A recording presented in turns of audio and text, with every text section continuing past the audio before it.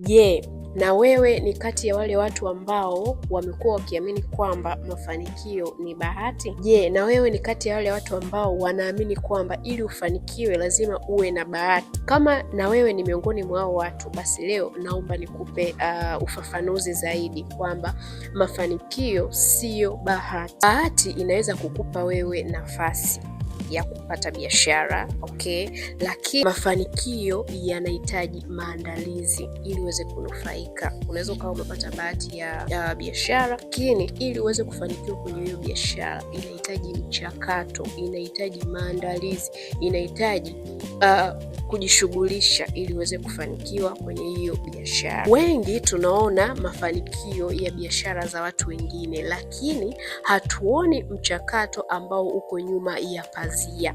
Ndio maana tumekuwa tukisema fulani ana bahati sana, huyu ana bahati sana kwenye biashara, lakini kiukweli ni kwamba upo mchakato ambao wanaufanya, upo mchakato ambao wanaupambania mpaka kuweza kufika pale unapoona wewe na kuhisi kwamba wana bahati. Sasa hata wewe unaweza ukawa na bahati ya kupata fursa ya biashara, unaweza ukawa na bahati ya kupata dili fulani la biashara, lakini dili lile linaweza kuja ukiwa hujajiandaa, na ndio hapo ambapo biashara inakuja, inakaa muda mfupi, inaondoka. Ndipo unapoanza kuona wewe una mkosi, watu wengine wana bahati. Hivyo unatakiwa kujiandaa kwamba okay, nataka kuanza biashara fulani, natakiwa nijiandae kwa sababu ile biashara ni kweli inanijia na ninaona kabisa naenda kupata bahati ya kuwa na ile biashara, lakini nimejiandaaje kuweza kuirani ile biashara ili iweze kunifikisha sehemu ambapo watu wengine wamefika? Hapo ndio tunapotofautiana, na hapo ndio watu wengi ambapo tunakwama.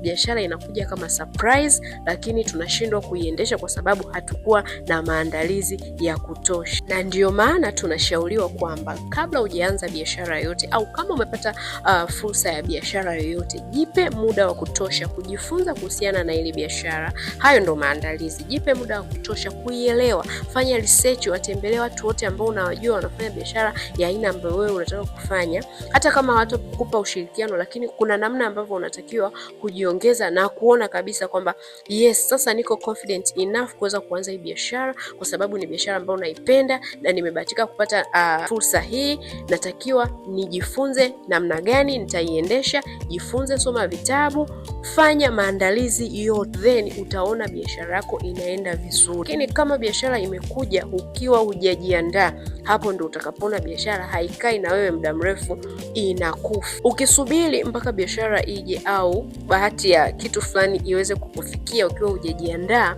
basi utaona mambo yako hayaendi, utaona unakwama, utaona changamoto nyingi na utashindwa kuzimaliza au utashindwa overcome. Je, ni ujuzi gani ambao unajifunza sasa hivi kwa ajili ya kesho yako? Kwa mfano, unataka kufungua saluni, umeshaanza kujifunza baadhi ya vitu ambavyo vinahusiana na namna ya kurani saluni.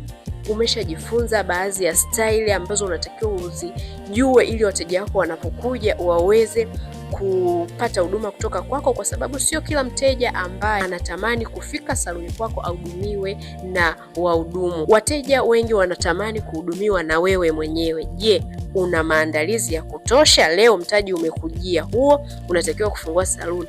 Je, umejiandaa vya kutosha? Umeandaa style ngapi ambazo unajua kabisa hizi nikijifunza najua zina market? Je, umeandaa ujuzi wa aina ngapi ambao ukikufikia au ukianza biashara ya saluni unaona kabisa nitaweza kuhudumia wateja wangu vizuri? Hapo ndio unapokuta umefungua biashara ya saluni, huwezi kusuka, halafu wateja wanafika, unategemea wafanyakazi ambao leo wapo kesho hawapo. Hapo ndio unapokuja kuona wewe una mkosi kwenye biashara zako. Hivyo naamini utakuwa umejifunza, umeelewa chochote kitu na utachukua hatua. Hii ni mfano tu kwa wenye saluni, lakini naamini wapo watu wengi ambao wana biashara na wanatamani kuzifanya hizo biashara lakini hawana ujuzi. Ni wakati wako sasa kuchukua hatua na kufanya maandalizi ili bahati itakavyokufikia basi uwe tayari umeshajiandaa.